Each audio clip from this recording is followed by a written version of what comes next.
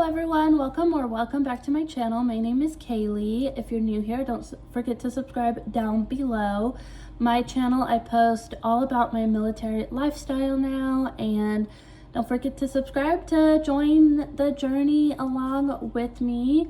And as you saw from the title, this video is going to be things I wish I knew about Security Forces Tech School before joining. And honestly, yes, a lot of this, if I would have known before, it probably would have detoured me from joining. But at the same time, I don't regret joining because I'm definitely learning and trying to grow and all of that. It's definitely a struggle. And before I really get into the video, I'm gonna do a disclaimer. These are my opinion and not those of the Air Force. So with that being said, let's just get right onto the video. If I look down, I have my notebook with the things that I wish I knew. The first thing, if you miss 4 hours of training, you get washed back. And it is very, very, very, very, very easy to get washed back and miss training. You have to be physically fit because it is such a physically demanding job. So in BMT, make sure you are doing your absolute best. And if anything, work on your push-ups, because here in tech school, you will definitely do more push-ups than anything. Also, it is not like BMT. I kind of came into tech school with that mindset, and I was not necessarily disappointed, but that's kind of what I expected. And it's nothing like BMT really at all. As in, like, the 5:45 wake up, 9 p.m., go to bed, and then like you wake up, do PT, breakfast, and then you start your day with like classes and learning. No, it's not like that at all here in tech school. So don't expect it to be like BMT. I think that's the biggest thing I wish I would have known. Also, you have to do your self PT because they don't do PT here. The only time they might do PT once a week, once every 2 weeks during training, but other than that, PT is on your own, and they say like you have to do it minimum 3 times a week. But I mean, if you're not a gym rat like me at all, it is so hard to find that motivation after training to even work out because you're already super tired from the training day. So just kind of keep that in mind. Also, kind of going from point 1, if you fail an objective, you'll get washed back. So what happens here is, for me, I've pretty much been here at tech school for like a little over a month now, and I'm still only in block 1, which is like the first 2 weeks. And that's because my anxiety with the weapons. But anyway, that was getting off topic. So there are people that will miss the targets at CADM. There's people that will fail the test in block 2. There will be people that fail the PT test in the end of block 2. Stuff like that. If you fail or don't pass it, then you will get washed back. And getting washed back isn't necessarily a bad thing. It just basically means you aren't ready and you need more time to prepare and get ready, if that makes sense. So you just get washed back and you do it over again. Also, it depends on where you are in training. You might get washed back a week, might get washed back 2 or 3 weeks. And you have to start where that team is at, which kind of sucks because then you have to do everything over again. And that really sucks. I don't know why they have it like that, because technically in the SSI or even like the handbook, it says like you start the day that you failed, but that's not necessarily how it goes now. Another point, you will be eating a ton of MREs. So if you hate MREs, well, good luck, because you're going to be eating a lot of MREs here in Security Forces Tech School for sure. You think BMT wake-up call is early? Wait until tech school, where you have to probably wake up around 4:30. I say around 4:30 because everyone kind of wakes up at different times.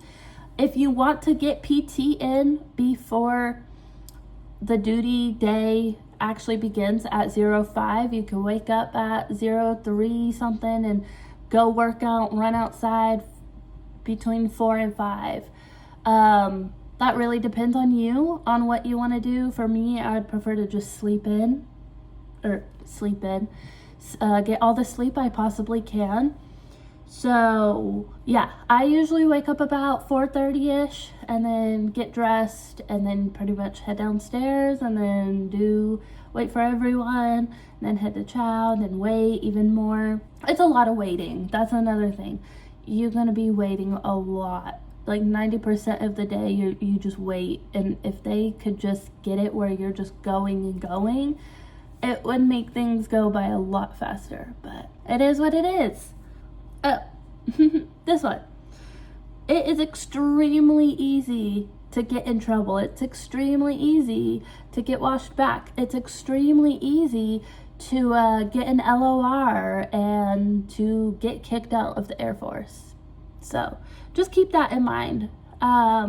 If you don't really want to be here, then I'm not saying to, actually get out, but if that's what you want to do, that's what you want to do. Also, curfew. This is another thing that I do not like. And don't mind my pimples, I'm sorry.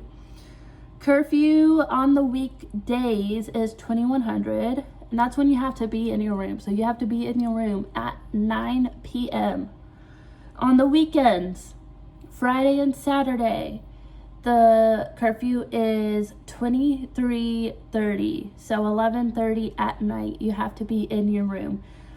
With that being said, on the weekends, you have accountability at 0:15 in the morning. So there's no sleeping in.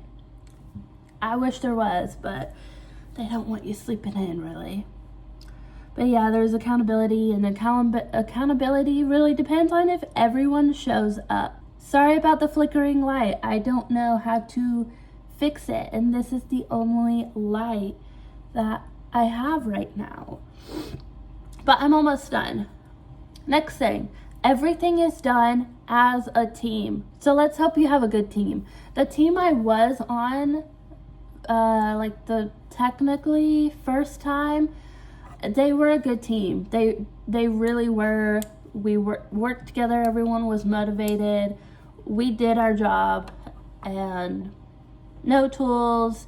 We were able to get phased up, all of that. The team that I was just on, terrible team. Worst team that there's been in a while. So yeah, just keep that in mind. Also, I'm kind of glad I'm not on that team anymore because no one wanted to listen. But there were really good people. There were a few great people on that team. And I'll definitely miss that, because when you're on a team and you have those people that you can just kind of talk to during training, it is really nice. But I'm also sure I'll find those people again on my next team. Also, I have 2 pros. It's kind of hard to do negative and pros, because all of this is really on your mindset and how you perceive things. But for pros, I wrote down, you do what you're told and go above and beyond, and it's very easy to get rewarded.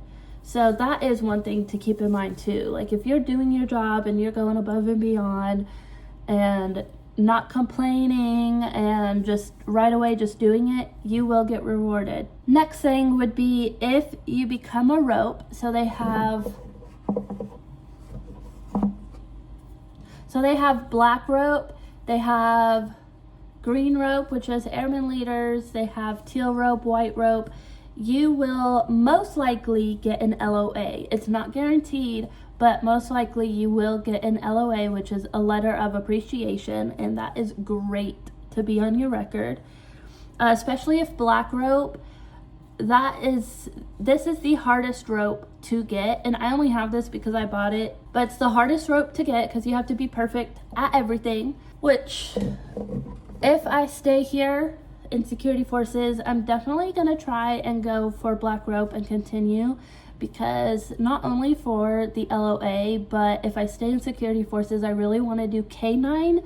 And with K9, I would think having an LOA showing that I was a black rope, That would be perfect, because that means I was perfect at everything to the best of the ability. Nothing in this world is perfect, but you get what I'm saying. Anyway, if you have any more questions about tech school, let me know down below. I am free, so hit me up with questions down below or on my Instagram, and I will see you guys later.